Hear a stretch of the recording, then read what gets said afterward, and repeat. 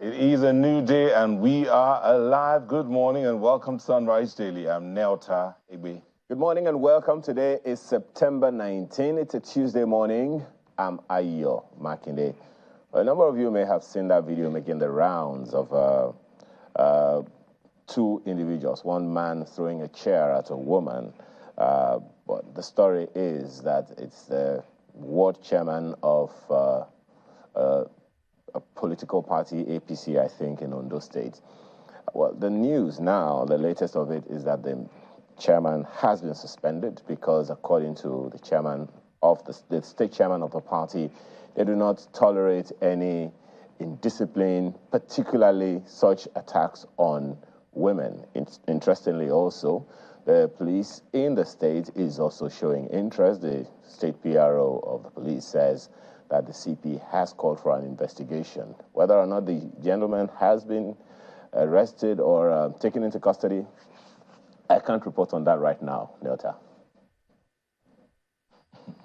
Ayo, first of all, that woman, I believe the report says she's a commissioner in the government in those states. So yeah. Assaulting the commissioner, inadvertently you are assaulting the governor. And come on. But as we say, what was the reason behind that assault? In no way would anyone tolerate an assault on a woman. I mean, we talk about it, assault on women. It cannot be tolerated, not for anything. Neither would assault on a man be tolerated. It shouldn't be. We can all live peaceably. But what is the cause? I mean, in growing up, we used to use this phrase I said, "Nawa for waek." So maybe we'll just say Nawa for palliative. Is it palliative that's causing this wahala? What can be done to ensure that these kind of things do not repeat themselves? These are all questions that we need to look at. But the truth is this: assault is assault, and it should not be tolerated for whatever reason. Well, throwing a chair at a woman or throwing a chair at a man, come on. Well, we can all live peaceably, can't we? I think the interesting. Yeah, my apologies, Nelta. I think the interesting thing is that the woman actually went there to ensure that the palliatives are distributed as and when it should be done. Perhaps the entitlement mentality of some individuals, because they are the ruling party in the state, or they are just some influence in the state. Those are the things that I think should also be addressed in the same wave as this one that is being. It should not be allowed to lie low. Should not just be swept under the carpet. No. It should be addressed head on, because it must not happen again. This is Nigeria, and it's the 20-whatever century right now. Indeed, this is Nigeria. We'll take a moment and we'll come back and look at what the papers are saying. There's some other kind of assault that's going on that some will be asking, what are we doing? Are we here for service? But we'll be back in a moment to look at what the papers are saying. Don't go away.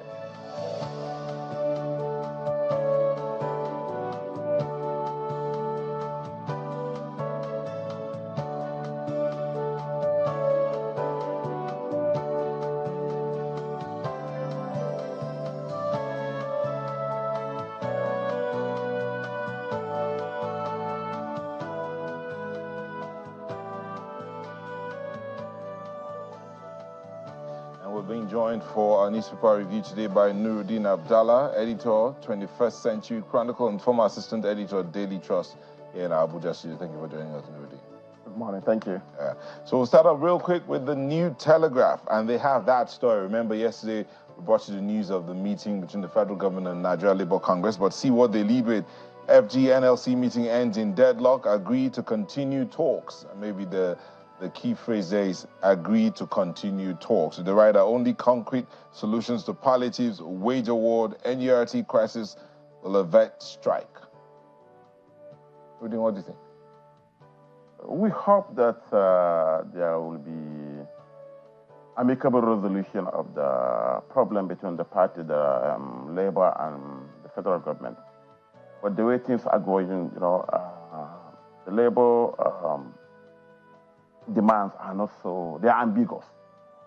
I mean, what they are demanding is 200,000 minimum wage for workers.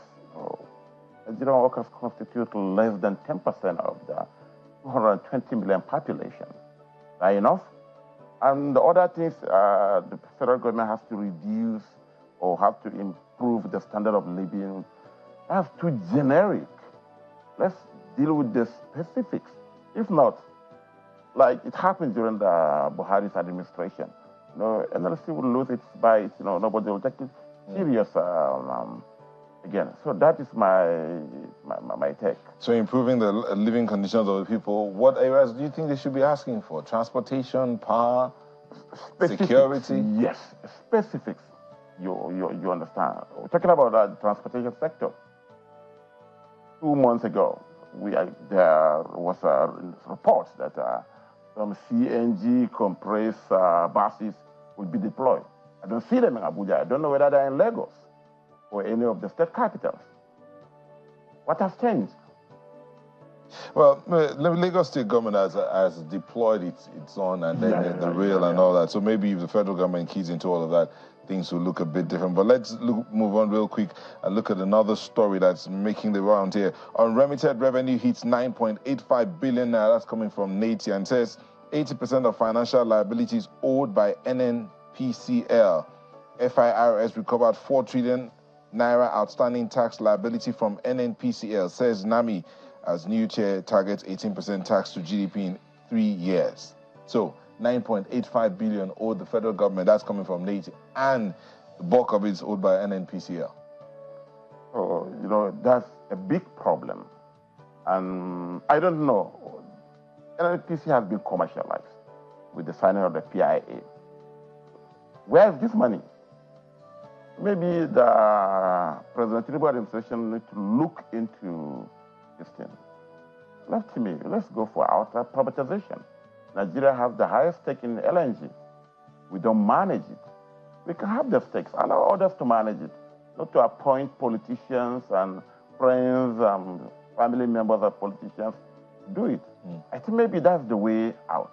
We can get value for our money if we outrightly privatize an NPC. We can all. But it's already been privatized. Commercialized. Okay. The Ministry of Finance is still, and you appoint those in the Ministry of Finance. Politicians are still there. Let it be run like business. You are not appointing people who read social studies, Islamic or religious or Christian studies to be at the NNPC. Or in places whereby you need only 100 people, you employ 500 or 1,000. That doesn't happen in LNG, for instance, which is being managed professionally by non-government management. Yeah. All right, thank you. Ayo, that's it from New Telegraph here. Well, this Nigeria is speaking the same language this morning as New Telegraph. FG-NLC meeting ends in deadlock, even though the NLC president said there was no deadlock because they are continuing talks. Talks to continue before expiration of 21-day ultimatum issued by Labour, as minister decries effects of strikes on economy. We're ready to engage, but not at gunpoint. That's according to Ajero. A good number of things have been said about that. But that picture on the front page, Mr. Abdallah, is something of interest, and the story is right at the bottom of the page. I am at the gate. It is padlocked inside and outside. The writer says, Obaseki Shaibu's fight gets messier as governor shuts out deputy from government house. What do you make of this? Some would have thought, hey, we're getting away with that conversation when the deputy governor withdrew his case from court and then, all those other things. I mean, what do you make of this now? No, I think it's unfortunate that 24 years after our return to democracy, we are still meeting things like this, you understand. I don't know what is wrong for a Nigerian to aspire to a particular position. I don't think there is anything wrong for Mr. Shaibu to aspire to succeed his boss, Mr. Obaseki. Let him go to primaries. If he wins, he wins. After the primaries, that's equally general election. So why all this harassment, intimidation, and what have you? I think this is unfortunate, particularly 25 or 24 years after our return of democracy. Things like this are still happening. What will the electorate think? And who knows? We have instances whereby people who were being harassed intimidated by their bosses, end up being elected. So what happened to Obaseki? If eventually Mr. Shaibu becomes governor of the state, it shouldn't be a do-or-die affair. There are some of these instances in some states and what have you. And another thing that particularly the Edo governor should know, there is no guarantee that the person you want to succeed you will be the one to protect you after leaving office. We saw what happened in Abia, for instance, in 2007. Mr. Oji Kalu brought Mr. Theodoji. What happened later? Less than a year after Theodoji emerged as the governor of Abia State, he sent away Mr. Oji Kalu from the PPP. He moved into after he left PDP. And so on and so forth. There are so many instances. We saw what happened in Kano between Ganduje and Konkoso in 2015. So the mistake most of our politicians are making, and they refuse to learn from history, is this. It is not your anointed candidate that will protect you. In fact, what do you bother about who takes over from you? Do your bit and move on. But actually, it's most unfortunate that the man has been moved to an incompleted building. Well, I guess he came to the government house, elected deputy governor. Yeah, Mr. Abdallah, I guess we'll have to wait. We'll have to wait for other updates on that one, because the plot thickens and it gets more interesting by the day. But look at other stories on the front page of this Nigerian newspaper. It says, FCT's Operation Sweep arrests 400 persons, impounds 50 vehicles in Abuja. And another one says, democracy without food on table, a breeding ground for what will consume us. That's according to the president. Which of them interests you, and what do you have to say about either? Take the Abuja story, for instance. We have seen some, can I call it development, If you are in Abuja, particularly in the last 8 years of the Buhari administration, the capital city has been turned into something else. And park refuse, darkness everywhere. Almost most of the key areas in the city center become hub for criminals and what have you. At the central area, you can be mobbed in the evening or what have you.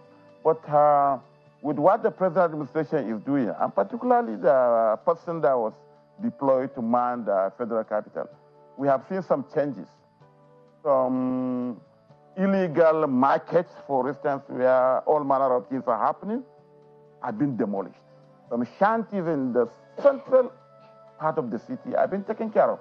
So some of the unscrupulous elements have been taken away from the central city. So in the couple of months, we see a very safer federal capital where you can move without somebody stopping you to rob you of your belongings, your phones, and whatever. So I think it's a very good development that things like this are happening. Indeed, let's move on to the Vanguard newspaper, and this is what they lead with, that story of the Nigerian revenue crisis with huge public debt. It says FG spending 96% of revenue on debt servicing, unsustainable. 8.5 trillion naira collected by mid-September, says immediate past FIRS chair, Nami. I'll see this one. The impeachment plot, why some senators are after Akpabio. So how's that to you? That plot that was in the media a couple of days back about what to remove the president of the Senate. I think it's too early. Yes. Unless if his election, unfortunately, when he came in, before the inauguration of the National Assembly, there was a talk of dichotomy, the North-South dichotomy, which I don't think is good for the country as a person. And look at it. Any lawmaker that say he is gunning for this part of the country or the other is not saying the truth. They are there for themselves. when the Senate president was sharing prayers through their emails, did any of the senators from either the North, South, or whatever you complain? East or West, no. Nobody complained. They received the prayers gleefully. So I think it should be a slide on the face of the electorate to just come this time around to be talking North, South, East, West stuff. It's a lie. Our Nigerians should know. You know, they just want to, it's a continuous scramble for power. When people lost out, they believe that, no, why did they lose out and what have you? What they should do is for the interest of Nigerians. Enough of this North-South and South-West stuff. All right, let's look at these two stories together because they're somewhat like tied. 20 feared dead as cultists clash in Shagamu. That's in Shagamu.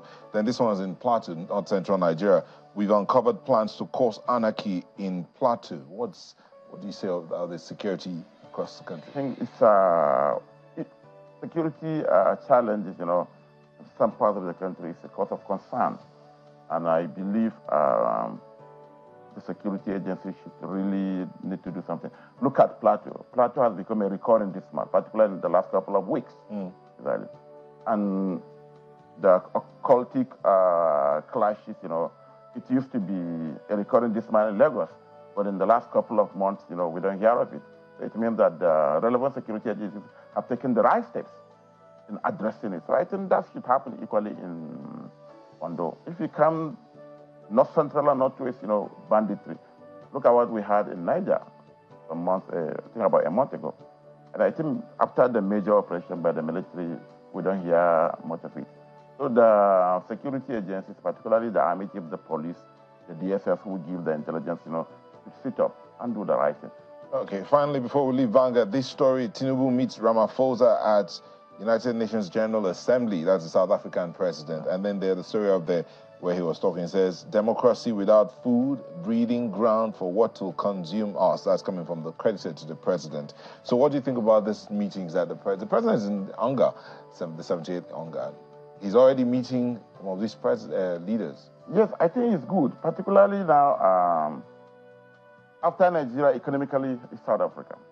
So we have a lot to collaborate, particularly. We are the richest, we are the biggest economy. They come second. And with Africa now having a common front, look at AFTA, there is a lot for Nigeria in particular to lead.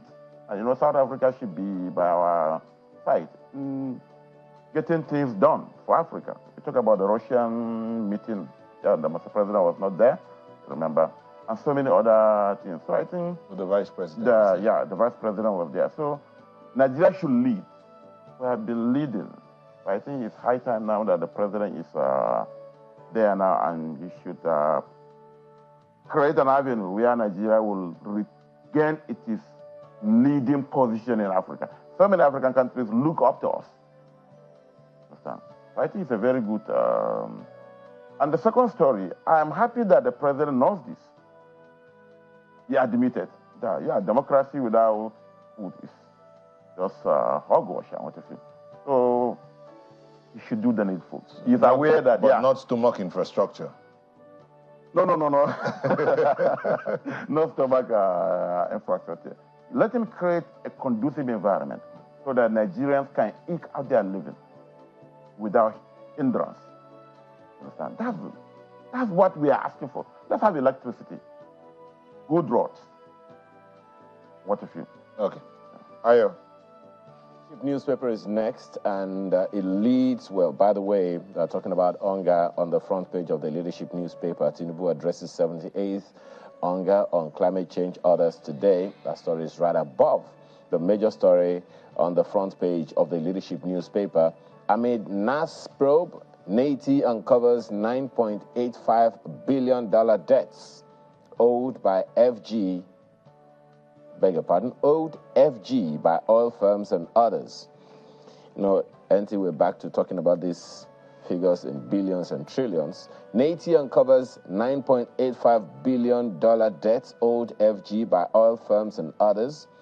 A plot to stop probe thickens. Reps insist on appearance of agencies to expose complicit parties. And the SGF is saying we'll take necessary action. Are you hopeful, Mr. Abdallah, that something will come out of this probe? Yes. My optimism is based on the president's body language, for instance. No, there shouldn't be sacred cows. Whoever is found wanting to be dealt with according to the law. We have seen what is happening with this CBN now. A special investigator has been appointed. And from what we read from the newspapers, you know, it's unrolling already. People who steal our commonwealth should be asked to return it. They should forfeit it to the federal government, according to the law. And another aspect is this. If you look at even some of the economic policies, you know, the president should distance himself from it. The unification of the forex exchange. We know what happened during the last 8 years. The forex has become like an ATM for some government officials and their families. But he came outrightly, he stopped it, unify it, you understand? Meaning that he will not partake in that corruption spree. So it's a good development. So if the president decides to probe these agencies, whoever owes whatever should return it, he can do it. You have the capacity. And after all, you know, he's economically literate, not like the other person we had. He knows all the financial and economic ecosystem. So he should be able to deploy resources, manpower, to ensure that this money is brought to the coffers of the government. Okay. I think he can be able to do it. Well, other stories on the front page, right above the nameplate, and I'm sure it's a story you've been following as well. No regret over my utterance to Oyo monarchs. That's according to Obasanjo. Of course, we know what he did when he was commissioning that project with the governor of the state, and his explanation of the superiority of the Constitution over any other law or rule or guidance in the nation. What do you make of all of that conversation? Yes, based on what the former president said, you know, he's talking about a constitution which Nigeria is supreme, you know, and I don't know even why the monarchs did not even stand up for the governor, because in other parts of the country, they do. The governors appoint the monarchs. You know, in some, you remember some years ago in a particular state in the Northwest, this clash, you know, was recorded and it consumed the monarch. You are appointed at the discretion of the governor. Traditional rulers in Nigeria have zero constitutional role or responsibility. They are not mentioned in the Constitution. Going that by Obasanjo's explanation, a councillor of a particular ward has more role, is recognized by the Constitution rather than the monarch. So the monarch should know how to tread carefully. Let them represent their communities without creating discontent and what have you. And not only in the last state in the Northwest, where a very popular monarch was dethroned. There are equally other instances, even during the military regime.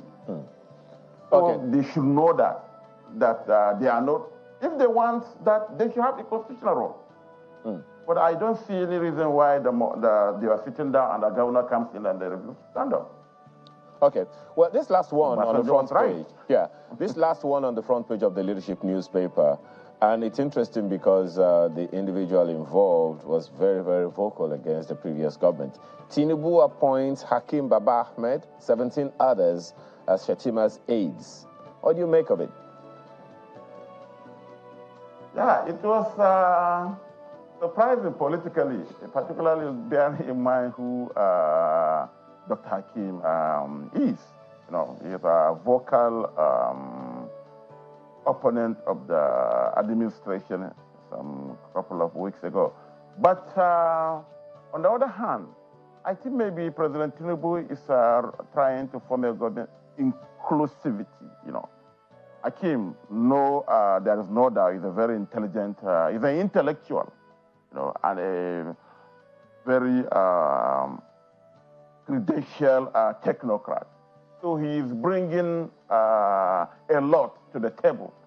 Maybe the president is now trying to appoint the best, irrespective of their political leanings.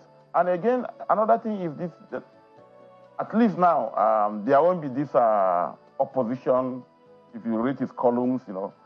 And I don't know what happens to the Northern Elders Forum now. They have lost a vocal... Well, I don't think his appointment would affect. I don't think he won't lose his voice because he's been appointed.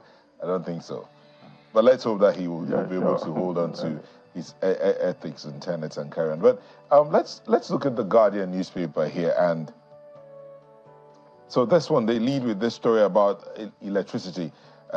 Nigerians bear 1 trillion metering burden as CBN W Bank backpedal. That story continues on page 6.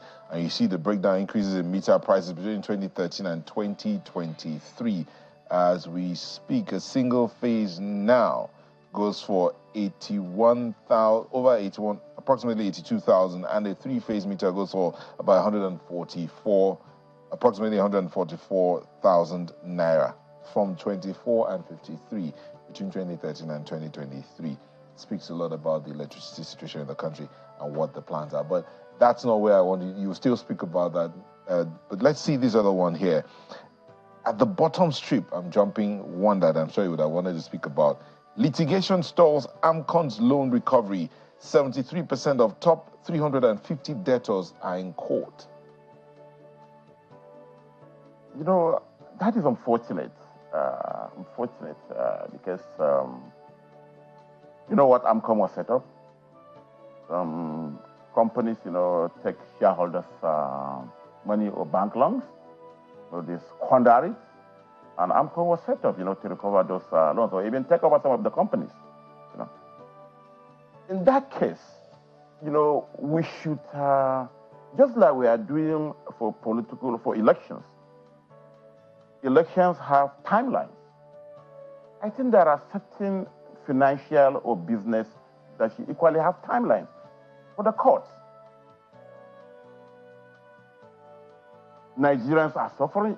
If, for instance, a bank, depositors' money, shareholders' money has been squandered by some individuals, and now they have the audacity to go to court again.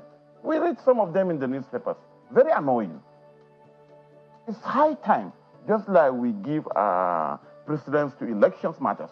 Election matters should be dealt with within a certain period of time. It won't last ad infinitum. So there should be something like that. And for instance, even AMCON should have even been folded over by now. But look at it now.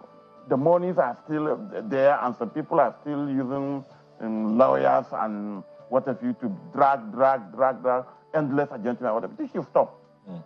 This should stop. All right, we want to say thank you so much, Mr. Nuruddin Abdallah, editor, 21st Century Chronicle, former assistant editor, Daily Trust. Thank you for coming in this morning. My pleasure. And with that, we end a look at some of the dailies and what they're saying. Sunrise Daily, but we'll be back in a moment to look into the conversations.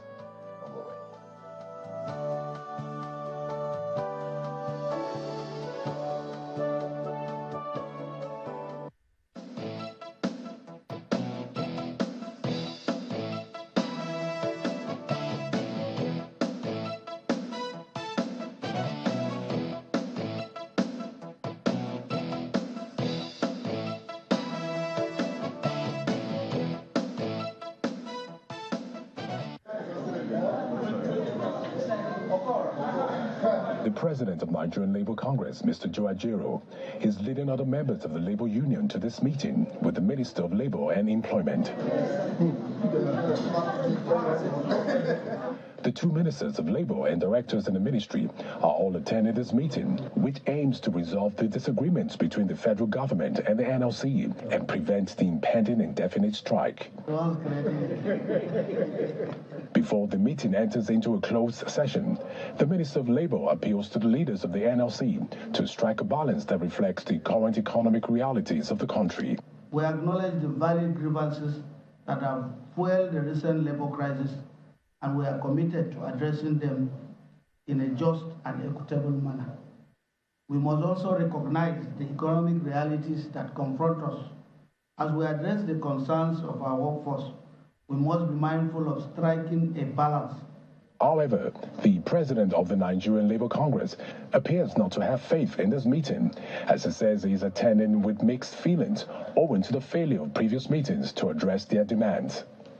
We came with mixed feelings on whether it will work or not, because we have had so many meetings from beyond this level. Mr. Ajero also speaks on the crisis rocking the Nigerian Union of Road Transport Workers. We raised the second issue of the version of the office of the National Union of Road Transport Workers. So under your watch, a trade union office has been violated. Police invaded it and removed the elected officers of that trade union office. They went ahead and killed somebody. As we talk now, those people are behind bars, the president and general secretary of a union. What are we negotiating? Even on that point alone, our strike action will move ahead with it. The meeting proceeds into a closed-door session, after which both the minister and the NLC president briefed journalists. Our meeting was very robust, and we had a very, very fruitful meeting. But at the end of the day, many of those items that we left are still for consideration, and before the final agreement, or what I would call discussions.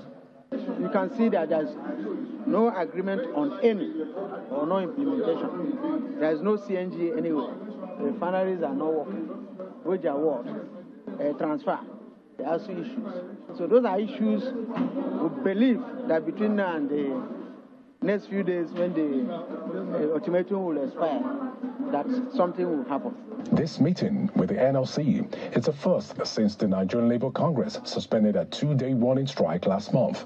A similar meeting held 2 weeks ago was only attended by members of the Trade Union Congress, TUC. As this meeting ends, there is no resolution as to whether or not the proposed indefinite strike by the NLC will still hold.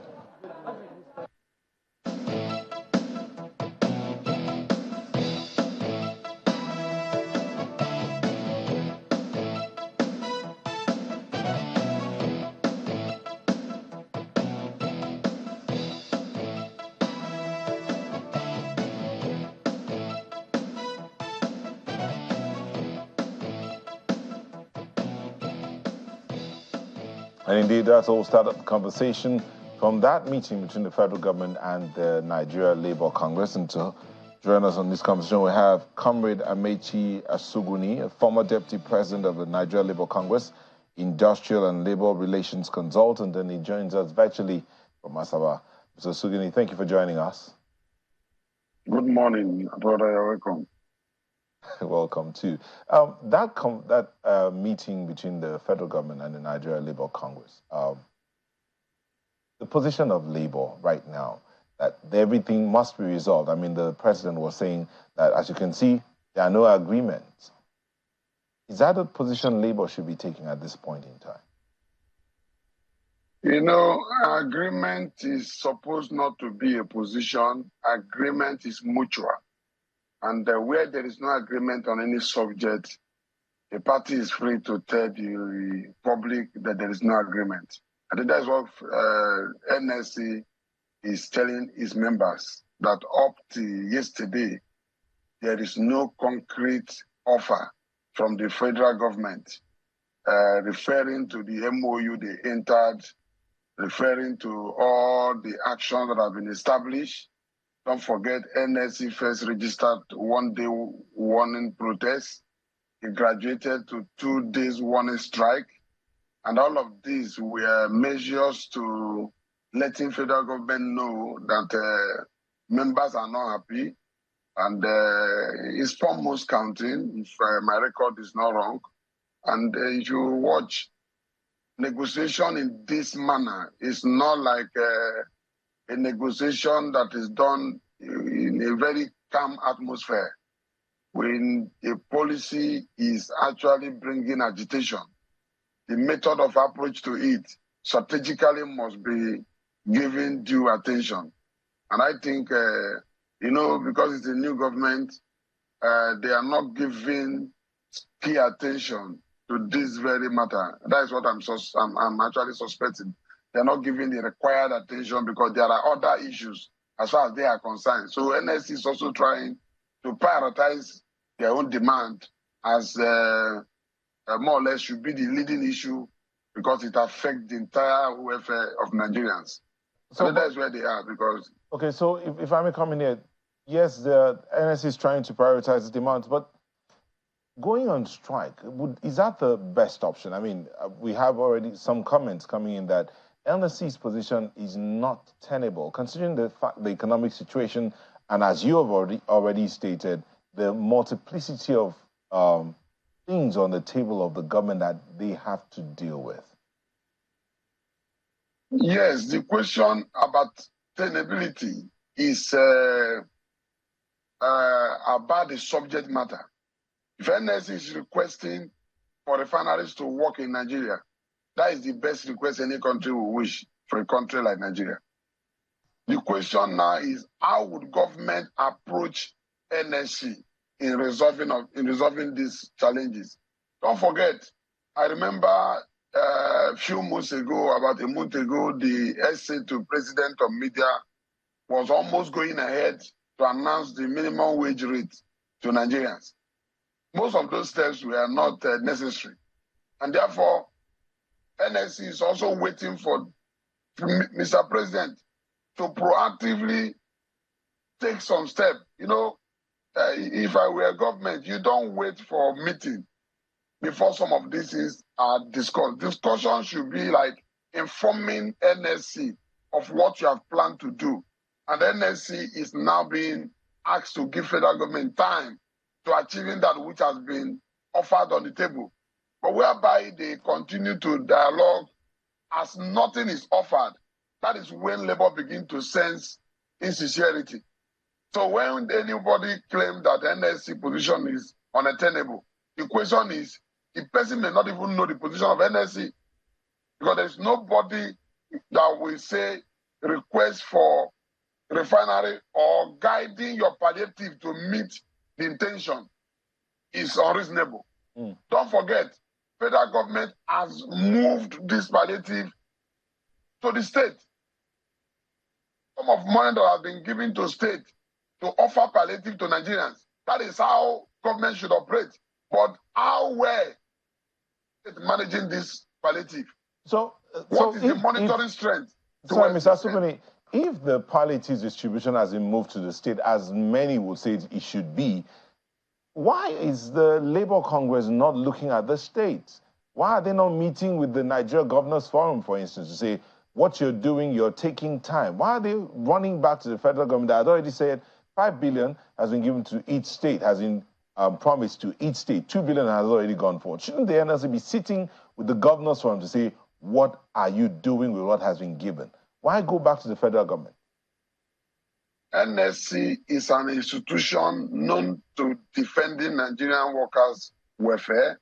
And don't forget, labor issues are centrally discussed. And the only centrality to labor issues is federal government.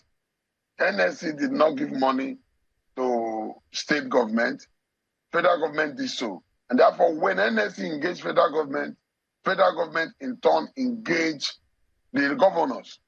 We are also having our state NSC chapters who eventually will engage governors, but they cannot determine the procedure for palliative distribution. So if in the beginning, on releasing those palliative, they should go with guide. Don't forget, this is the same method that affected us with CBN change of currency. You didn't give the enabled guideline for palliative to be distributed. Now it has been distributed. If they wrongly applied it now, we will come back to complain. That time money is gone already. So are we going to raise another 5 billion?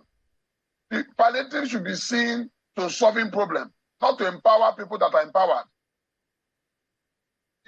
Don't forget, these are workers. They're already working.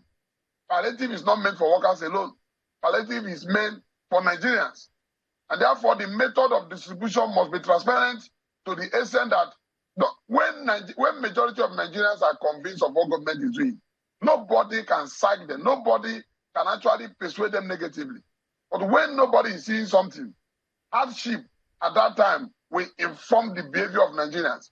And when that happens, I tell you, majority will be speaking one language, and it will not be in the good interest of government. So I think it is still better to allow NSC that has registered membership, private, and get answer, than to allow Nigerians who eventually nobody may be the leader of the majority. And when majority lead themselves, it may be worse than answers. So that is why we are trying to guide strategically. We are trying to guide strategically that nothing wrong happen in the process of achieving this palliative. And beyond palliative, there are other, beyond the money at the state, there are other things I think NS is asking. They are asking for buses, for example. They are also asking federal government to make some step in regards to wage, what I call wage award. But you do know that asking for 200,000 naira per minimum wage for whether you want to call it wage award or minimum wage, 200,000 naira.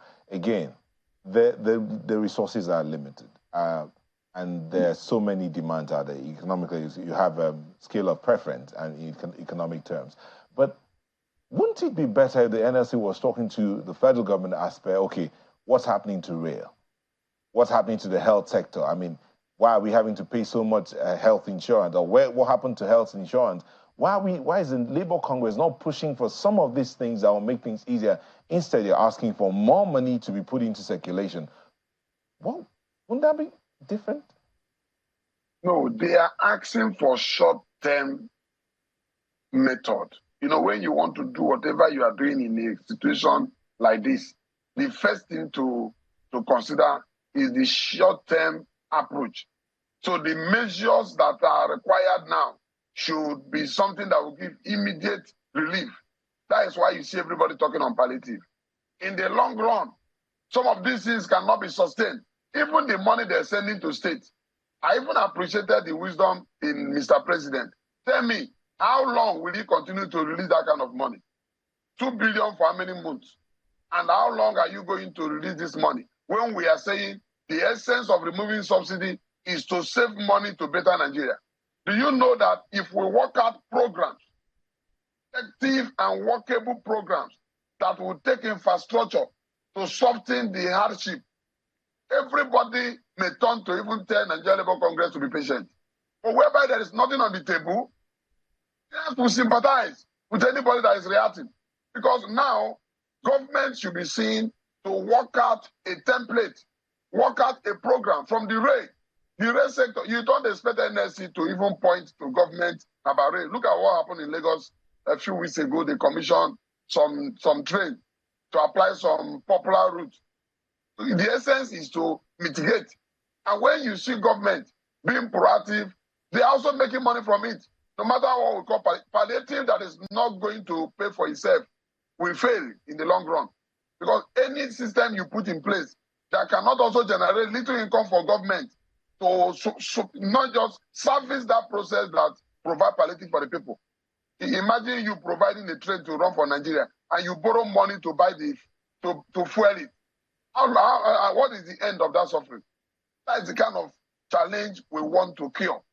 Let Nigerian government begin to see that economy problem require economic solution in such that, hey, they are not working now. We should be putting system in place that will make rail work.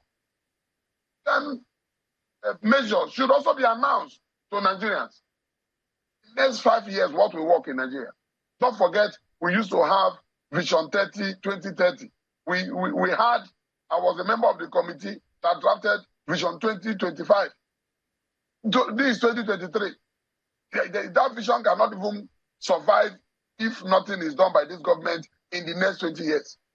So are we going to continue in this theoretical assumption of what we want to be when we have no physical indices to achieve? Well, just 1 second, Mr. Sugune. I'm very glad that you mentioned that, there was a plan, a 2025 plan, a target 2025 plan of sorts, and you said that you were part of that meeting. And that you would know, of course, that that's not the first time we're having that kind of conversation, creating visions and targeting a particular year.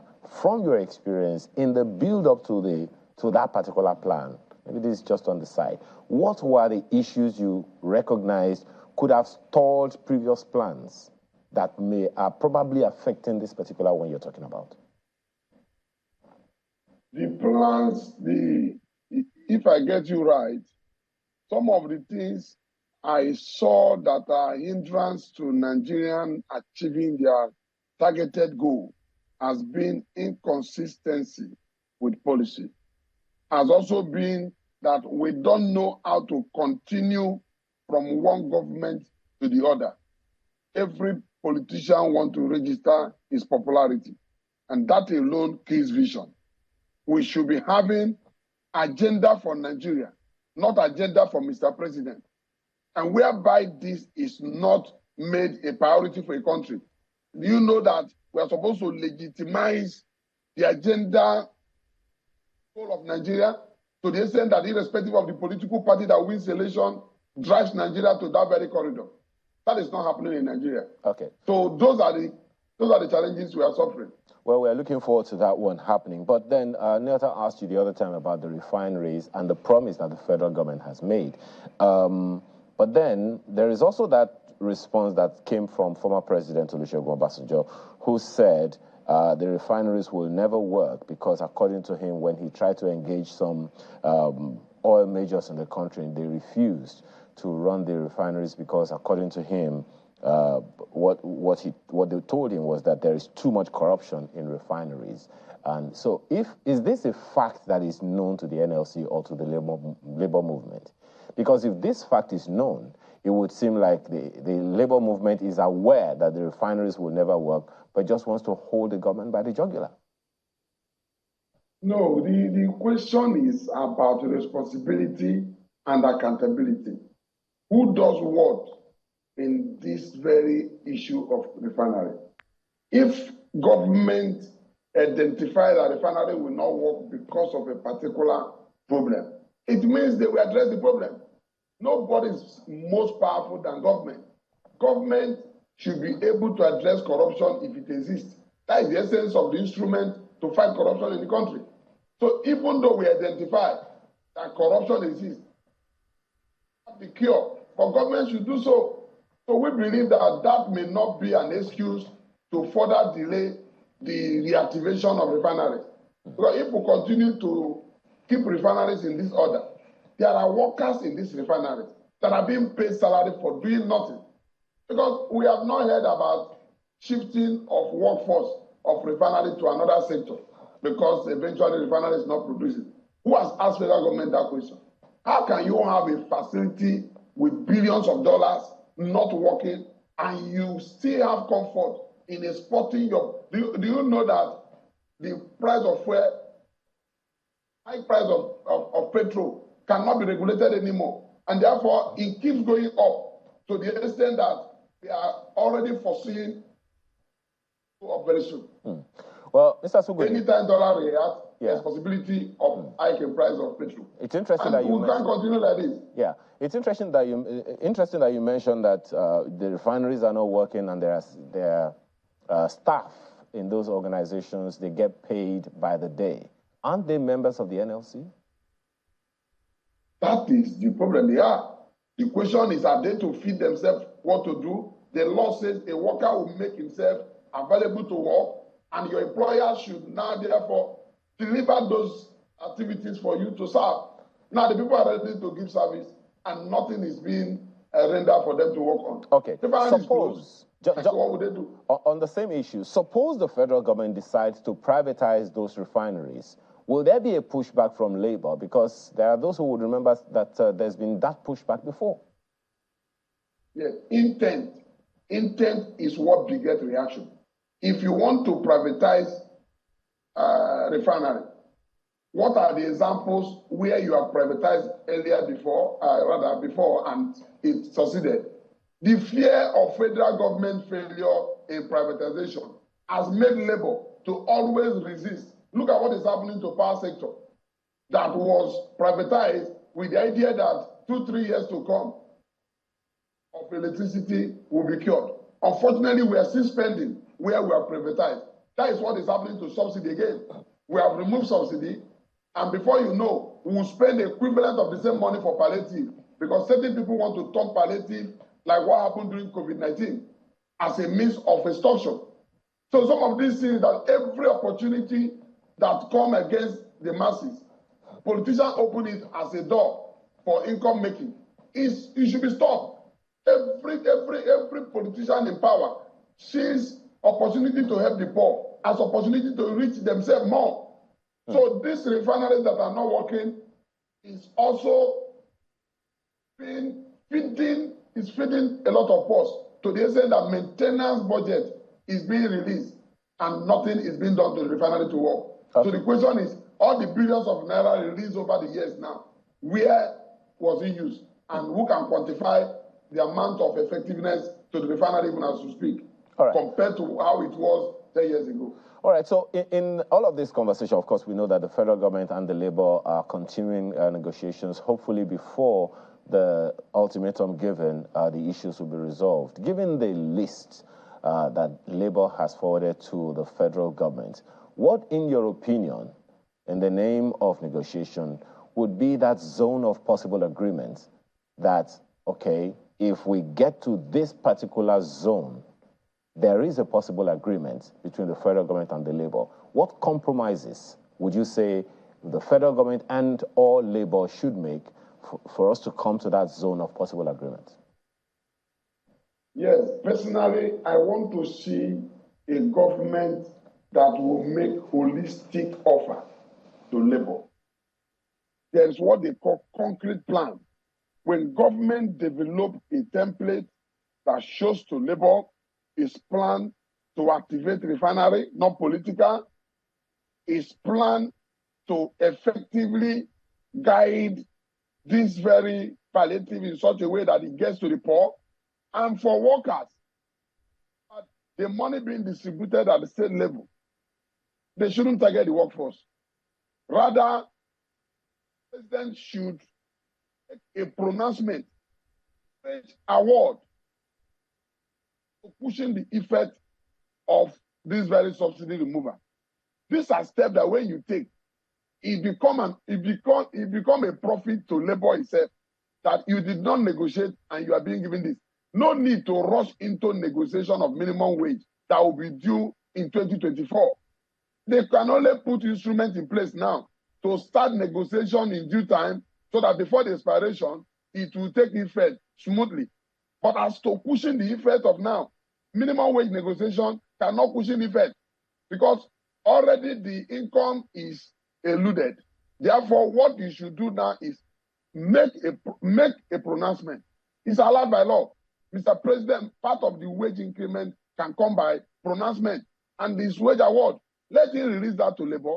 Let them design a template that shows ABC plan of federal government agenda to curing the hardship caused by subsidy removal. So this is not the only subject matter we should be addressing in Nigeria. Subsidy removal should not be an agenda for federal government for 1 year. Rather, they should put instruments in place to cure this very menace and move forward to address another important sector of the economy. Otherwise, we'll continue to deliberate on this matter, and then Nigeria will lose focus on the true governance. And I don't think Mr. President came into power only to be talking about subsidy with Labour. The essence of telling Nigeria that subsidy is removed is to tell Nigeria what he wants to do to resolving the challenge in which subsidy in the first place was put in place. That is to make refineries work. Let me come in here, Mr. Suguni. Put this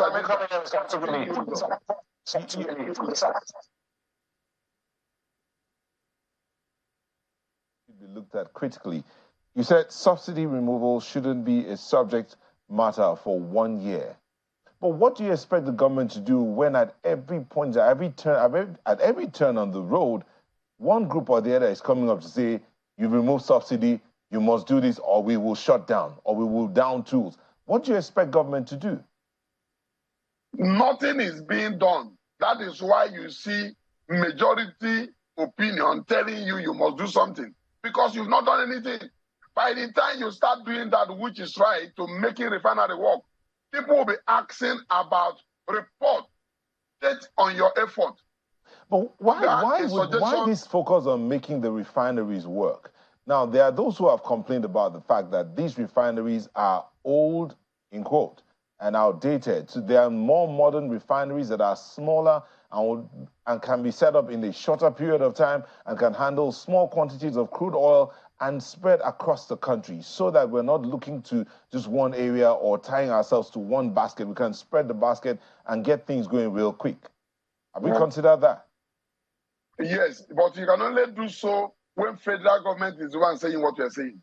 If federal government is telling Labour that it will cost more to rehabilitate the existing refineries, but now they want to build modular refineries or call it any name technology as proven it to be, but that it will cost less to achieve them, and in a shorter time, more of it will be distributed across Nigerians to give us what we want.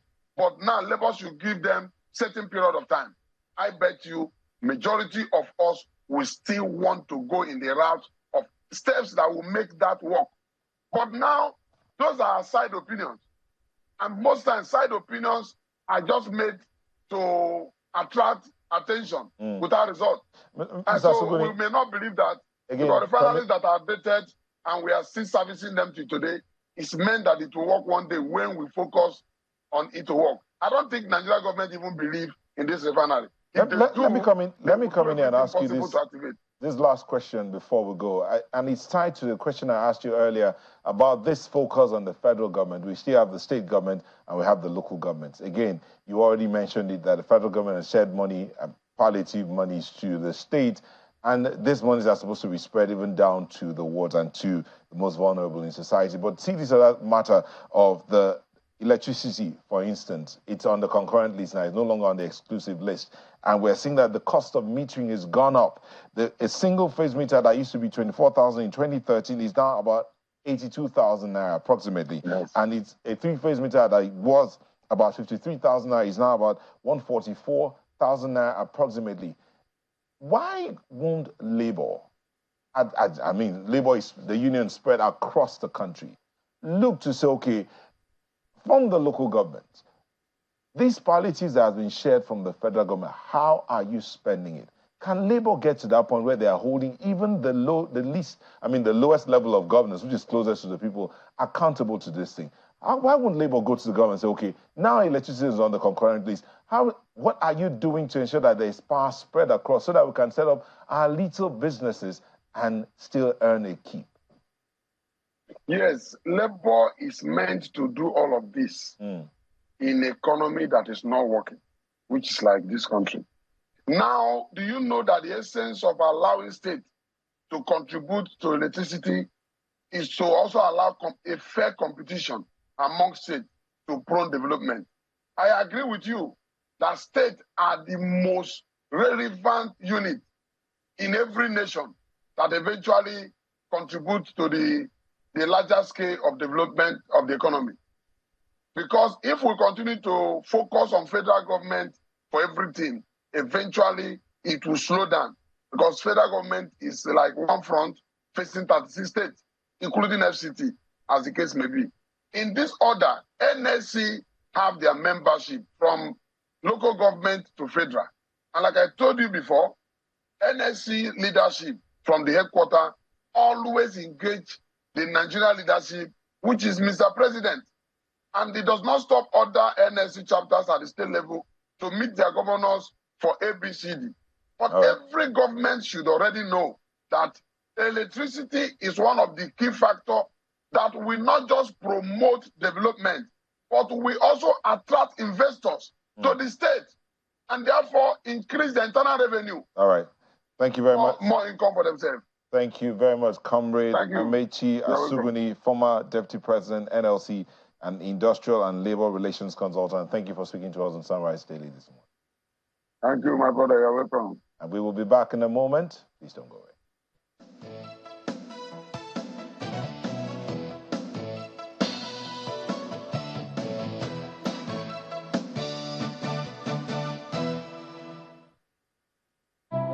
We are passionate about two things in Nigeria. The first is football. The second is our rice. And nobody celebrates like a Nigerian. So, for every goal scored, every mark made, you can be sure to always come back home to rice. Celebrate with Nigerian Premium Big Bull Rice, homegrown just like you. Big Bull Rice, tasty rice, nourished you.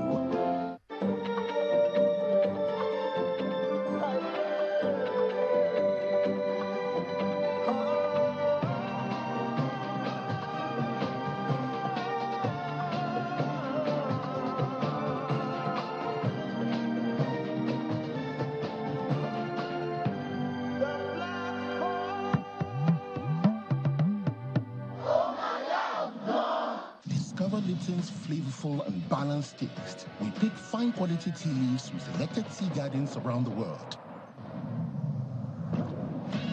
to give you Lipton Yellow Label's flavorful and balanced taste in every sip.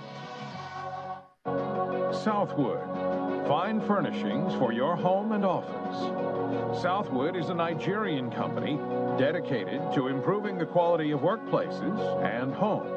Our space planning and craftsmanship allows you to create a highly customized and comfortable office environment for hardworking and busy executives. Southwood solutions are perfect for today's flexible work cultures. Teamwork, transparency, collaboration. A well-designed and comfortable work environment is proven to increase productivity and morale. Our elegant home furnishings provide the ultimate in comfort and quality. Southwood, furnishings that shape your world. Visit us today at southwoodnigeria.com. Email us at furniture@southwoodnigeria.com or call 0700-FURNITURE.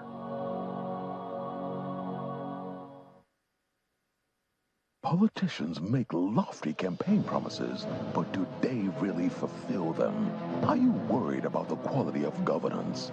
Do you know how to hold your public officers and politicians accountable? As a Nigerian, do you even know your rights? Many questions begging for answers, but don't you worry. We've got you covered. We bring you Democracy 101 in 5, your reliable and easy-to-digest guide on citizens' rights, government responsibilities, rule of law, holding government accountable, and all things democracy. Democracy is more than elections. The real essence of democracy is what plays out after the elections. Democracy is about making government work for you.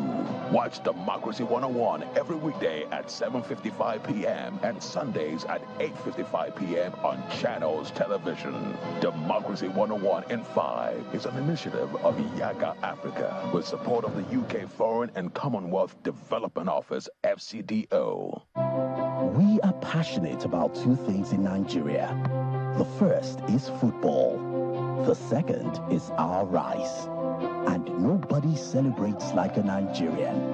So, for every goal scored, every mark made, you can be sure to always come back home to rice. Celebrate with Nigerian Premium Big Bull Rice, homegrown just like you. Big Bull Rice, tasty rice, nourished you.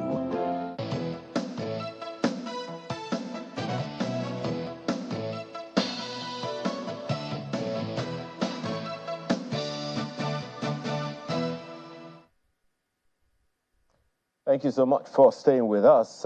Right now, let's talk about repositioning the CBN, particularly in the light of the new nomination of a new CBN governor in the person of Yemi Cardoso. But then we have two gentlemen to discuss this conversation with us this morning. Adeyemi Adeniji is here with us in the studio. He's MD and CEO of Starling Global and Ideal Limited. Thank you so much for joining us today. Thank you. Good morning. We also have Dr. Boniface Chizia, who is an economist. He joins us virtually from Lagos. Thank you for joining us, Dr. Chizia. Thank you for having me. All right. Let me begin with you, Dr. Chizia. So this is where we are now. Perhaps one of the challenges, one of the things to discuss first with you on this matter would be, what for you are the tasks before the CBN, the new CBN governor, particularly in the light of how prominent the CBN is in its role of helping to reposition the economy? How significant is the CBN? How influential will whatever policies from the CBN be in the light of what is going on? How impactful will the role of the CBN governor be in ensuring that micro, small, and medium enterprises get a new lease of life? Question. I think it's spot on. I think the thing to say is that for where I stand, I think the CBN has a limited powers. You know, CBN is supposed to maintain price and monetary stability within the economy. That's really, in simple speak, you know, maintain rate of inflation. If you go beyond that, there's very little that you can do. They play within, they use monetary supply, you know, to do this. So they manipulate interest rates and so on to make people not borrow, make it expensive for them to borrow, or, you know, they would, so they use it to, that's essentially what they can do. So to a large extent, you know, there's so much hype. You know, so we talk about Governor of Central Bank and what it's coming to do and so on and so forth. Well, obviously, a person comes and has some expertise, and the way he does it, even if he stays within this remit, he can show, you know, his class, even whilst he's doing that. But we tend to exaggerate. I think the CBN, yes, is important, but CBN essentially controls money supply. Now, yes, of course, in our environment, you know, in the recent past, the CBN also, because of the nature of our particular circumstances where we're in a hurry to develop, we now have this developmental function also attached to the central bank. And so you find the Anchor Borrowers Program, and you find that you know, banks are being urged to dedicate a certain percentage of their facility lending into the small scale enterprises. And then you know, you are being directed, you know, to the rates you are going to charge and so on. That's not the common function of the central bank. And of course, in our environment, you play with interest rates. We've done that within the monetary policy rate has been altered seven times within the last year. And then for me, the jury is still out. You know, interest rates, to what extent does it even affect the demand for money, for deposits? I think very little. So very little. You know, so, but the challenge you have in that environment is sourcing foreign exchange. How do we get foreign exchange? That's the challenge. And the CBN is not in the position to manufacture foreign exchange. Of course, the CBN can come with policies that might help, you know, production. You know, they could do that, particularly in the environment, using their developmental functions. They could do that. But beyond that, so fiscal authorities must sit up and be counted. It's very important. They sit up and be counted. Well, Dr. Chizia, when you talk about the Forex, I remember the previous acting governor of the CBN saying, look, as far as Forex is concerned, the role of CBN is very, very minimal. That yes, all of the Forex intervention of the CBN couldn't be anything more than a quarter of what is required. Consequently, the job of sourcing these resources, Forex for businesses and all, lies largely on the commercial banks. And the CBN is just, you know, doing its job of being a mediator of sorts. How significant is that in the scheme of things? No, well, I think that even saying that it's a large commercial banks is like, you know, not saying it the way it is, as far as I'm concerned. Commercial banks, yeah, okay, they will facilitate. They have customers, you know, customers who export and so on. They will make it attractive for them to export, put policies in place that will make them to come and deposit their monies with commercial banks. But but beyond that, they don't have anything to do. I think we have to get up and make sure, get our acts right. We have to, we have to the major foreign exchange earner in this environment is crude petroleum. Well, I'm glad that the daily production is coming up. So about 1.6 the last time I checked.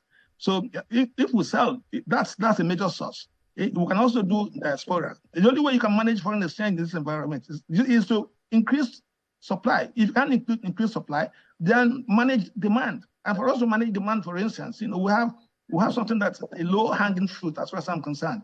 We have Dangote refinery. Nigeria has, we're told, we have 10% or 20% of that. So why can't we, hasten, the startup? It's been commissioned, So we've been taking down a fairy tale work. I've been told it's been commissioned, but it's not common stream. Today here it's going to start today. Then here it's going to be, the next day. Let's focus and do that. All right, we'll come back to the issue of Forex and the rest of them. But let me excuse me. Let me bring you in, Mr. Atiniji. So here we are. A good number of people are hopeful that the new CBN governor is going to do some significant thing. But let me begin by asking you this. Every time there is a new sheriff in town, so to speak, our moods change. Our moods were kind of, hopeful and all of those things. One of the questions that normally comes to me is, how strong then would the institution be if our eyes are always on the head of the institution and not the institutional framework that is supposed to uphold the system itself? You just hit the nail on the head. Our major problems has been strengthening the institutions. Almost all our institutions are almost dead. The last one standing was CBN, and it also died recently. My only advice to whoever is coming in, the newly appointed CBN governor, is to bring back that place to what it's supposed to be. CBN needs to be an institution that should be beyond an individual. It should be an institution that people should look at, do its job, monetary policy. The interventions of CBN in the last 8-10 years has been a big problem. And what I mean is this: when you see an institution like CBN bringing policies that somersaults, then becomes a problem. Because those policies were not well thought out, and they bring in those policies, it doesn't work, they look for another one. It made so many people to lose confidence in that institution, and that is what you can see. It's very apparent now. Once you remember in the past, when the CBN governor comes out and says something, you see the direction everybody will go. That's what they call body language. And when that thing doesn't work, it becomes a problem. For example, sometimes about 2-3 years ago, CBN said, yes, we want to sell forward FX to businesses. Everybody put their naira and gave on trust to CBN. Up to today, I'm not sure whether some of them have gotten their money. So that is what is fueling the crisis of FX. Because Nigerians have lost confidence in that institution. And that has been a very serious problem. The incoming governor needs to do a lot of work. One, to bring back the confidence of the people, to have policies that are well thought out, and engage the practitioners. When you are going to make policies, sit down with people, ask them questions, they will advise. And I'm very sure you have a lot of Nigerians who are very brilliant, who knows what they are doing, who can assist in getting this thing back to what it's supposed to be. Now, there's something that you said about the independence of the CBN. That is interesting, excuse me, because in the previous administration, we found a situation where the CBN demonstrated its independence in a way that it did not have any conversation or defer to the Minister of Finance of the day, to the extent that the Minister of Finance at the time was saying, look, this initiative or this policy of the CBN. I have no idea what they're talking about. I don't know what it means, and consequently, I am not a party to it. Stuff like that. Do you see that kind of thing happening again? How do we ensure that the entire finance industry in Nigeria is one and focused in one direction and not singing from different hymn sheets? Well, the solution is to come from the members of the House of Rep and the Parliament, both the two houses. They need to formulate a policy for CBN. What I mean is this: you have an institution that should be guided by Nigerian laws, not an individual taking a decision. When you have an opening for any individual who becomes absolutely powerful, what do you expect?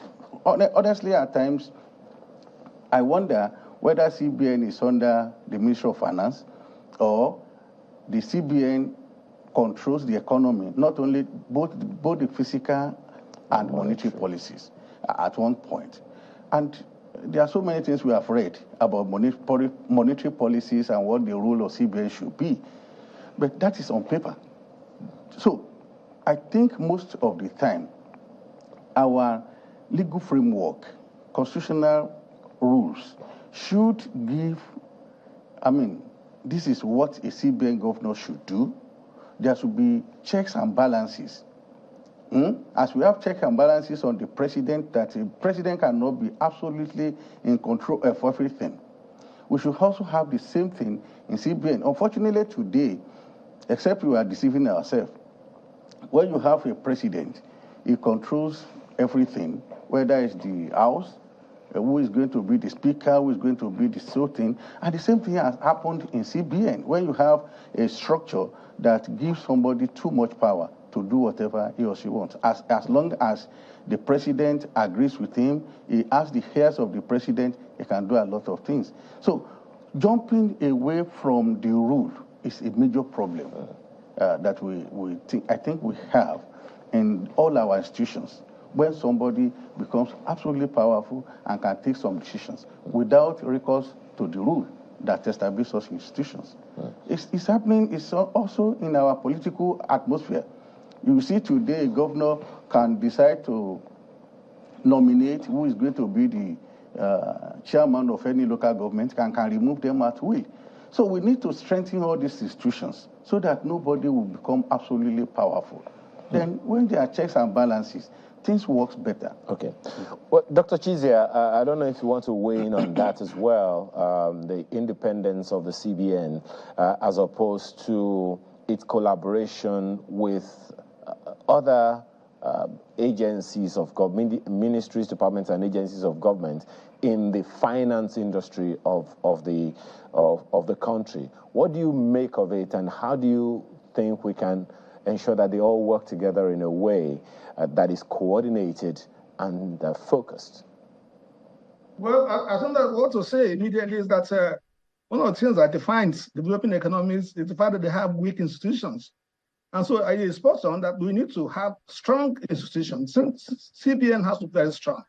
And then if you want to make it strong, then we need radical changes, with regards to the way things are being done today. Even to nominate somebody who's going to be the incoming governor of the central bank, I think we should take it off the hands of the president. It shouldn't. I don't know. Maybe we can have it. Maybe a board or something like that could nominate. Because you see, when you have the president nominates the governor of the central bank and is going to work with the president, how independent is he going to be? What extent is he going to be? Have the gumption to say to the president, no, we're not going to do this. So it doesn't happen. So when you're talking of independence of central bank has to be independent. Independent is, well, of course, to the extent that the instrument it decides to select, to use in implementing policies, it's independent. But if you can do that in such a way that the governor of the central bank is not afraid of the president. I'm not saying that it's not totally, but I'd be able to stand up and say, Mr. President, but we can't go this way. Have a situation whereby the central bank is trying to restrict money supply, and then the fiscal authorities are, they go on its feet, with a budget deficit. So they're injecting money into the system willy-nilly. So you are going to have issues. The governor of the central bank does not report to the Minister of Finance. He doesn't ordinarily. He reports directly to the president. The governor of the central bank is a very strong institution. In fact, when you look at the economy of Nigeria, of any economy, it's monetary and physical. So it's strong. He doesn't have to go. I mean, there would be an arrangement, whereby they could meet and exchange ideas. I mean, I would subscribe, to the idea that if the central bank wants to introduce some radical policies, that would affect everybody, then there should be a committee where they will meet, the finance, central bank, somebody from the presidency or the vice president who has supposed to head the economic team, and then the development of minds. And so that the central bank doesn't just drop policies that's going to hurt everybody. You take what's happened during the last regime, when we have currency redesign, for instance, is something that should have been tabled and discussed because it has far-reaching implications. And so you cannot tie somebody's hands at his back and throw him in the ring and expect him to be an effective fighter. Okay. So, yeah. Interestingly, Dr. Chizia, the independence of the CBN that you have mentioned is no doubt guaranteed by the CBN Act. But then how do you factor that into the fact that we now have a coordinating minister of the economy who coordinates activities from the CBN, from the budget ministry, from customs and those ministries, departments and agencies like that? What kind of working relationship do you see with the coordinating minister of the economy? Well, I would expect that my friend Wale we should expect to coordinate budget and planning. I think it's a good thing for us to have under the same umbrella budget and planning. That's the way to go. What has happened in the past is that we treated budgeting as truly an authority to spend. Budgeting also has to do with how do you generate the revenue. So it's very important. You have your plan. If you, in actual fact, your budget is an annual plan. So I think that's the first step. I think this administration should be commended for putting a budget under planning. So that's the first thing. And I expect that the coordinating minister of the economy will coordinate. Will be able to, his finance will be able to coordinate budget, and planning, which is very important. And then I would expect that there should be some collaborations in some way, with the Commonwealth Central Bank. So I would expect that, where there are key policies. Remember that Central Bank has a board. Central Bank has also the board of governors also within the system that drives the thing. And I did make the point earlier that Central Bank, one of the things they must have instruments autonomy. They cannot be totally independent because afterwards, on policy issues, they have to take a bearing from what the way the president wants to go. They have to take a bearing. The president is one person in the economy, so they have to do that. So there won't be issues if you have a rubbing of minds. If you have what you have here today, where you have a man that has just come, a man that has just nominated as the incoming governor of Central Bank, Cardoso, and what they do, they were all together, at the state level, in 1999 when the president was the governor. So they know themselves very well. They were in banking and so on. So when you have that sort of situation, I wouldn't expect that there be any issues with working together. That's the hope, Dr. Chizia, and it goes back to the issue Mr. Adeniji mentioned the other time about centralizing or personalizing institutions. Because yes, these men have worked together for quite a while, but then there is the institution, and the hope is that they'll be able to strengthen it. Well, I'd like you to react to something that Mr. Adeniji said earlier about policy somersaults. We had that before, a situation where the CBN, no less an organization as the CBN, would initiate a policy and then recant on that policy. Do you see that happening again? How do we avoid that? Because according to Mr. Adeniji, it whittles down investor confidence. Obviously, it does, because it contributes to macroeconomic instability. And nobody, no business person, you can manage risk, but you don't manage uncertainty. When you begin to go into uncertainty, then it's difficult to play. So I think that's correct. But essentially, what then happens is that you would expect that a central bank given the reputation which he should have, make sure that before he comes out with any policy, that policy has been thought through. So what tends to happen is that we rush our policies, particularly when there's a crisis. We rush our policies, and then we find that there is not been thought through, and then certain things we do not anticipate will start to come up. And so now we begin to run, helter-skelter, and begin to change things, and it's not good for anybody. If you take even the rate of exchange, one of the issues you have with operators in this economy is that when if you're somebody who is, like most businesses are, dependent on importation, then by the time you do one cycle of business and you're going to do the next one, you don't know what the rates are going to be. So it's a very difficult situation to be in. And that's why you find that even those who source the foreign exchange officially, they try to cost it using the parallel market rate because they feel that that's the more reliable rate. So I think that it's very obvious when we say that the macroeconomic stability, it's not just with central bank, it's also with the fiscal authorities. But I think with central bank, we have to be very careful. Today we say below the change, they're going to get money from us. Then tomorrow we change. I think now this new administration is saying that we're going to also begin to give them some money. I'm not sure I have my facts right there. So policy, somersault, is not good for anybody, not good for any economy. All right, well, we'll take a short break now. When we return, a number of other issues to be raised, and my colleague in Abuja would also be weighing in, but that will be when we return in a moment.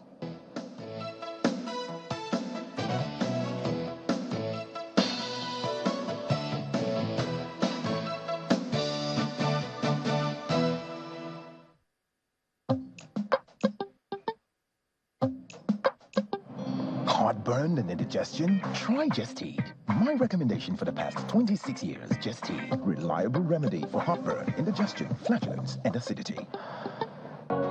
Southwood.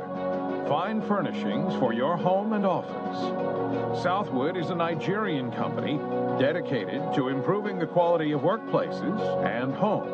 Our space planning and craftsmanship allows you to create a highly customized and comfortable office environment for hardworking and busy executives. Southwood solutions are perfect for today's flexible work cultures. Teamwork, transparency, collaboration. A well-designed and comfortable work environment is proven to increase productivity and morale. Our elegant home furnishings provide the ultimate in comfort and quality.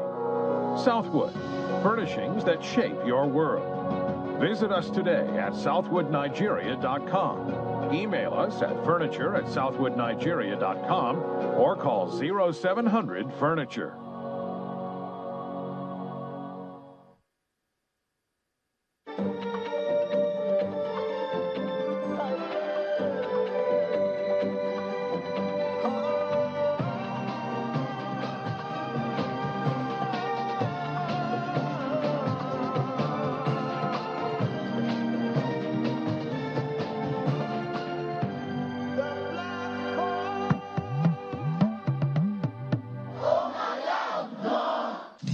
Lipton's flavorful and balanced taste. We pick fine quality tea leaves from selected tea gardens around the world to give you Lipton Yellow Label's flavorful and balanced taste in every sip.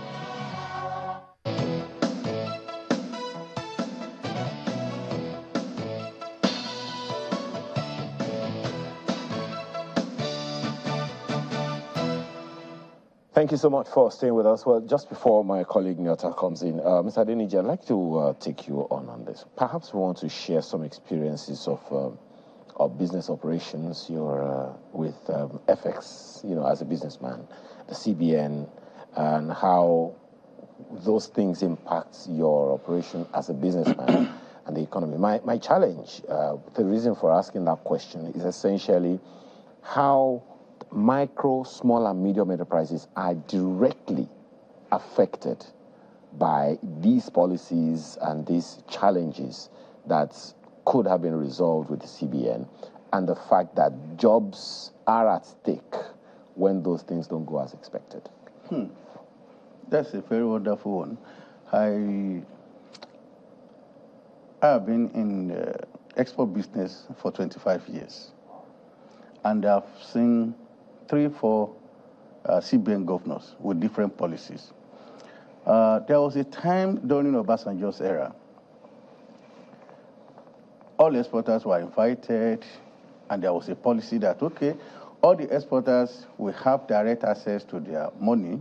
They can bring in their money and they can sell to the importers or other businesses. They have unfettered access to it, to their currency. You just put it in the bank. You don't need to hide it. You don't need to do it overseas. Because then, before then, most of us had foreign accounts where this money, when they are coming, they don't come to Nigeria. You understand?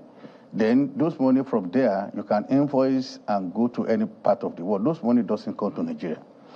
The president then had a breakfast with all of us in 2003, 2004.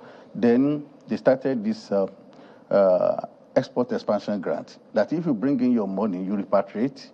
We are going to give you a certain percentage if you are a raw material, primary product exporters, or processed or semi-processed. Everybody started bringing their money back. Everybody closed all their accounts offshore because of the export expansion grant. And you have your unfettered access. You don't need to hide any dollar. And there was stability. Then you now have an era where another CBN governor came and said, no, you sell your dollar to the banks, and the banks will now sell to the businesses. Then people started thinking, how do we go about it? Because then there was a disparity between what the bank will sell and what the bank will buy. That was the genesis of the problems of FX in Nigeria.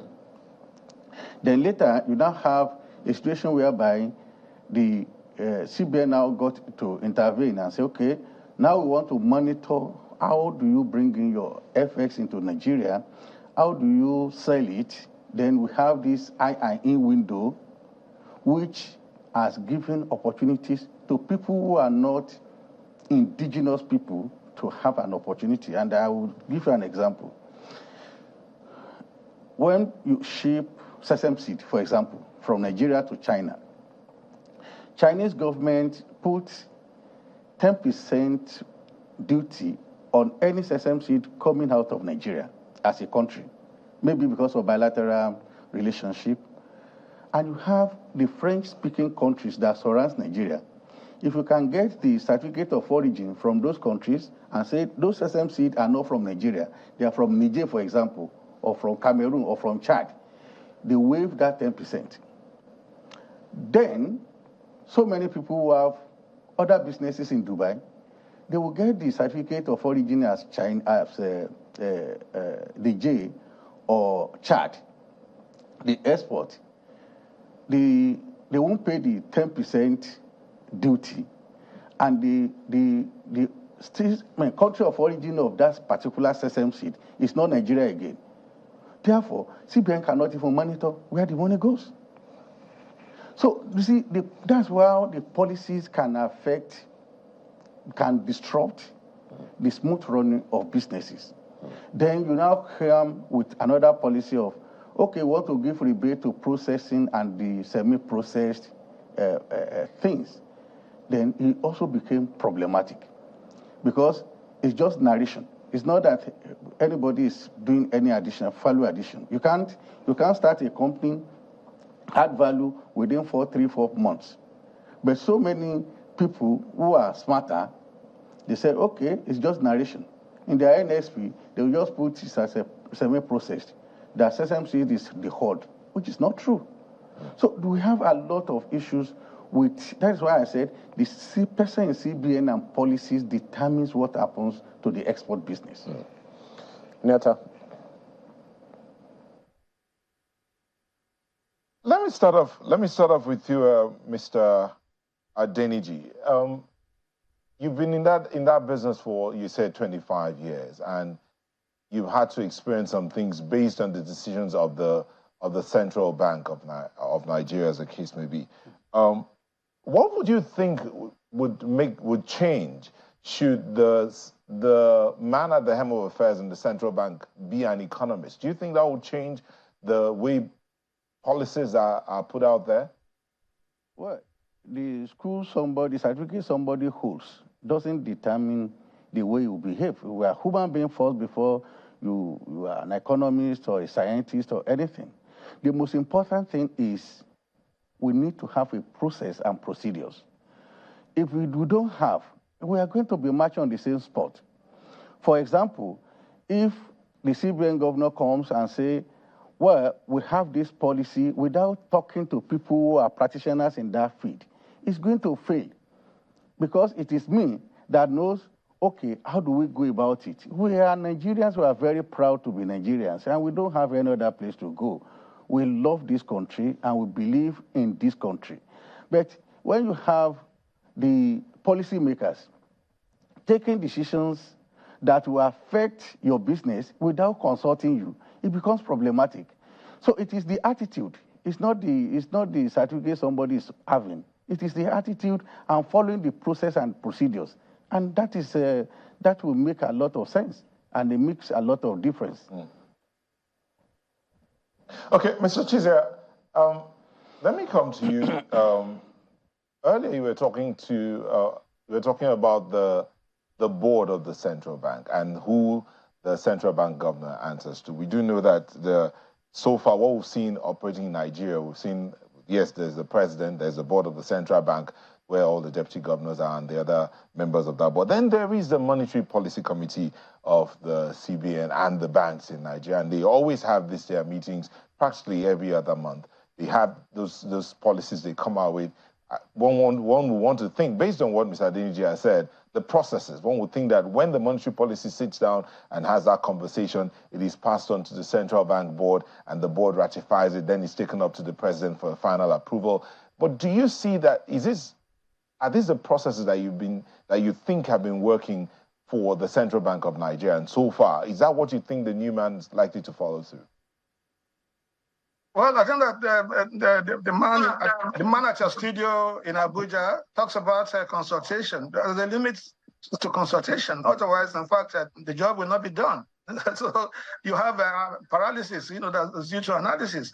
But I think that when you have, there are certain things that certain bank can check and run with, But obviously, if you're going to, you talk of changing policies and so on and so forth, yes, it does happen. And sometimes it happens at such a rate that it's disruptive. It's not good for business. But, at the end of the day, we must think outside the box to say to ourselves, the challenge we have in this economy is that we've not been able to get the fundamentals right. That's the challenge. We have to get the fundamentals right. You can't have an economy where, for instance, I give an example, you have 8 crude exporter, petroleum products in the world, and you don't refine it. You don't do that. So, and then you keep on importing. You export the crude, and then you import the refined thing, and so the fundamentals are wrong. So we need to address that. And so most of the problems you have with inconsistencies, and also with us as a people, the values we bring to the table is an issue. Central bank puts a policy on ground, and people begin to punch holes. We tend to get smart, we tend to get clever. We want to beat the system. As you are moving, they are moving 2 steps ahead of you. And so central banks always, doing a rear guide fight, to, make sure that it's on top of this business. So those are the challenges. Now, the new guy that's coming in the structures idea is not going to change. It's going to have a monetary policy committee. He has his board of central bank and so on. So he can't change them. Those, if you like, those institutional structures, they are statutorily, so you can't change them. But it seems that maybe he might find a way to work better those policies. But I don't know the day. We need to earn more dollars. It's very important. So in earning more dollars, I do know that working with the independence again of the central bank and how it works with the executive, how the government at hand. So the government's supposed to handle the fiscal side while the central bank looks at the monetary policy. And there are those who have argued that that has been the major problem. Yes, looking at the fundamentals, I say we're not dealing with. Yes, we have crude, but we're not refining the crude. And of course, we will not earn as much as we should, knowing that a barrel of crude, approximately about $80 thereabout. I don't know the exact figure, but then by the time you finish refining, you could earn as much as $2,000 from that same barrel. So if that is not done, if the fundamentals are not handled, we would have a problem. Agreed. But the question of monetary policy as against fiscal policy, that has been one of the major challenges Nigeria has had. What should the new governor be looking at? How can we get that position sorted out real quick? Because we all know And you have also said this thing. What the policy of the CBN is would immensely impact businessmen and indeed the economy of Nigeria. So how can we get that impasse resolved once and for all, where monetary policy is what it should be, taking care of all the fundamentals and the fiscal policy? And yet you have two good friends, as you said, who are handling these two positions right now. How can they work together? Well, but I think that, like I said earlier on, maybe no one has to, we might have to try and create a platform, with a formal platform within the system where they would meet. Remember during the immediate past, we had issues where Minister of Finance, Central Bank came with policies, fundamental policies, for instance, the currency redesign. And the Minister of Finance openly did disclaim that she wasn't aware. So one would expect that's not the right way to go. That's going to be a major policy change like that. The example I've just cited. There'll be a forum where this will be aired formally. So before the Central Bank goes to the nation to announce such a major policy shift, it doesn't just tell the president, but there should be a presentation in-house where people are carried along. And so, it doesn't paint a very good picture, for the Minister of Finance, to go out there and they begin to disclaim a policy, to announce publicly that this currency redesign, I just had it when it was announced, to the public. So I think that those are things that we will need to correct. And if you can do it formally, then, like I said, the fact that people have relationships, they can come together once in a while, over tea, and then, consult themselves informally. I said, these are things we are thinking. There's nothing wrong with Governor of Central Bank picking the brain of Wale, and then, to say this is what we are thinking. What's your take on it? So we have a common, all of us have a common project, which is Nigeria. And so we're all stakeholders. And then all those who are ministers today, they must know that we can't go forward in a confused manner. That isn't sending the right signals. Like the gentleman, Shido had just said, business people are hurting, because people are confused. They don't know what is happening. So you put this policy and then you're not following it through, and then you are a new stream. Sometimes we change because we've not done what we expected, what we should have done, ab initio. So those are challenges. But I would not think that the governor of Central Bank, or there should be another formal forum where they should consult. As I said earlier on, it's not the practice anywhere that the governor of Central Bank should report to the Minister of Finance. It's not done so. But there must be a forum where it's not reporting, but where they will meet and then exchange ideas. And this is what we're trying to do. Now, what's your take on it? It's nothing wrong with that. So we expect that going forward, that more consultation. Okay, before we get back to Mr. Adeliji, let me stay with you, Mr. Chizia. What you said, you talked about the redesigned currency. We do know that there was a court judgment that ruled. There was a judgment that said that both designs of the currency must stay until, I think, sometime about December. Some decision has to be taken, and December is around the corner. What would you advise that should happen now? Well, I think that the politics trumped everything. If you take that currency redesign, there was a purpose to it. All of us know. So we might come and pretend and say that we redesign currency and it's done periodically. We've not done so. Why are we doing it at that time? So obviously we knew that there was an attempt, to if you like, checkmate certain developments, certain certain things that people were seeing. And so that was tried. And in the process, I think the challenge of doing that was underestimated. And then it got the whole country into massive confusion. And people, and I don't know if we've fully gotten out of it now. So the thing is, as much as possible, I don't know how you're going to do it. You have to try and remove politics as much as possible from economics, but I don't know how you do it. If you take your policies and you target it on somebody, that's a politically driven policy. So that's what we have to avoid going forward, And we have to sympathize with the governor of Central Bank because if the president said this is what you're going to do, like I said earlier on, then is he in a position to say, no, we're not going to do it? Then he has another job, if you ask me.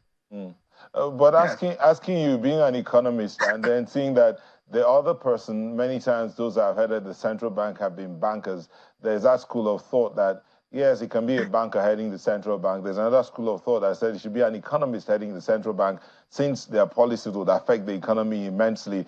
But then there is a middle point where some will say, can the banker who is the head of the central bank think like an economist? Or can the economist who heading the central bank and think like a banker? Maybe that will make the difference in all of this way.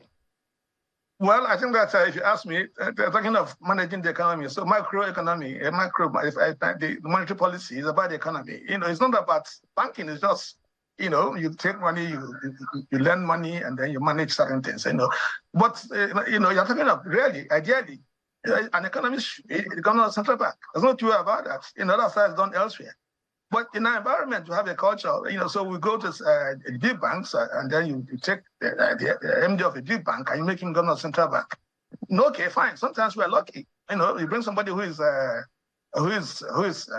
commercial banker and so on, but he's also an economist, so he has some basic understanding of the economy. But ideally, you're not talking of, it's not talking of banking. There are two different things. So when you talk of the economy, banks are the subsector of the economy, albeit an important sector at that. But, so what I'm saying in effect is that you can get somebody who is a good banker, and he would know nothing about managing the central bank. The central bank is about the economy. It's about, it's a thing for somebody who is a thorough grounded economist to do. Tell somebody like Soludo when he came. I think that he brought that to the table. Whilst other banks managers that were there before, they were tied to, they had tunnel vision with the operations and so on. They were not able to increase the capital base. He came, was able to go from, we're talking about 2 billion, he went to 25. And the bankers couldn't have been able to do that. And so there are so many things like that. So it's better if you have an economist handle the thing. But the experience we've had so far is that we pick bankers who have done very well and we put them there. Well, in my books, they've tried, not done too badly. Okay. But I think that again, yeah, okay. Okay, so Mr. Adeliji, you are a player in the economy. Again, you've been there for a while, and decisions taken so far haven't really done good by you, so to speak, you and your colleagues. But Mr. Chizia said something about the value chain of whatever it is you're doing. You being in the cocoa business, have you thought about what it would take to move away from there, where you begin to gain get the benefits from the cocoa value chain, not just enough to plant, harvest, and export, but the processing side of things? What would you think the government or the central bank governor and his team should be looking at to ensure that the cocoa farmers and those who grow these products here begin to get the benefits from the value chain of the things that they've been involved in? Well, I think we have a lot of opportunities in this country. Nigeria is one of the countries that's so blessed. As I said the other time to some people, we are tired of people telling us we have potentials. We should forget about potential. Let us go to reality. We have the land.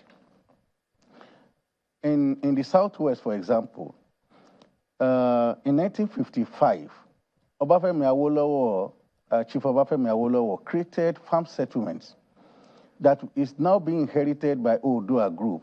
They have about 139 hectares of farmlands for cocoa that are all moribund now. If we rejuvenate those ones, go back to backward integration, because we are not going to be exporting stones. Then, after this backward integration, we have the availability of raw materials. Then you can go into forward integration, adding value. Exporting primary products is a disservice to this country. We need to add value to everything we produce. We can't be perpetual supplier of raw materials to other countries. For example, today, so that you understand how Nigeria has been badly managed by the foreigners. If you add value to cocoa today in Nigeria, and you are going to export it to Europe, they charge you a 7.5% duty. But if you export raw cocoa beans, it has a 0 duty because they want you to be perpetual supplier of raw materials, which is not good, it's not healthy for this country. We produce here, let us add value. It will create more employment. It will, Nigerian children will have the taste of what we produce, and we can now control a lot of our efforts, domicile them, domesticate them, and can be used for other businesses, which is a chain. And what the government should do, or central bank, like what they tried to do with Anchor Bora scheme, which did not work, is not to provide money to people, is to create enabling environment. Like, for example, what we are thinking and talking to the governors in the Southwest, the Southwest governors, is to look at clearing those farms, rejuvenating those farms, making the younger generation to believe that there is dignity, there is money in this process. 1 ton of cocoa today is about 2.5 million naira. So if you have a 5 hectares that can produce 5 tons, that's, if somebody gets a job in a bank, how much will they give that person per month? If you produce 5 tons, multiply by 2.5 million naira, it's a lot of money that an individual, a young person, can work on and have a living on. But unfortunately, the average age of a farmer in Nigeria, that is especially cocoa farmer, is about 55 years old. So there's no replacement because it's not interesting. Why is it not interesting? It's not interesting because what was the production in 1970? Nigeria produces cocoa of about 570,000 tons. Today, we are struggling to meet up with 300,000 tons. All the trees are old. There are no new planting. There's no encouragement. There's no structure that will encourage younger generation to go into farming. So this is the conversation you're having with the governors of the South. Oh, yeah. I met with the governor of Ogun State recently, and one of the things we discussed, that, you see, the problem is you can't continue to be telling us we have potentials. These farms are there. The governors should not be looking at what is in it for me for my 4 years. They should have a long-term plan for the next generation. Interestingly, I think the governor of Oyo State just fixed a road around the Fashola farm, the big Fashola farm in Oyo State. Let's hope that something will come out of that.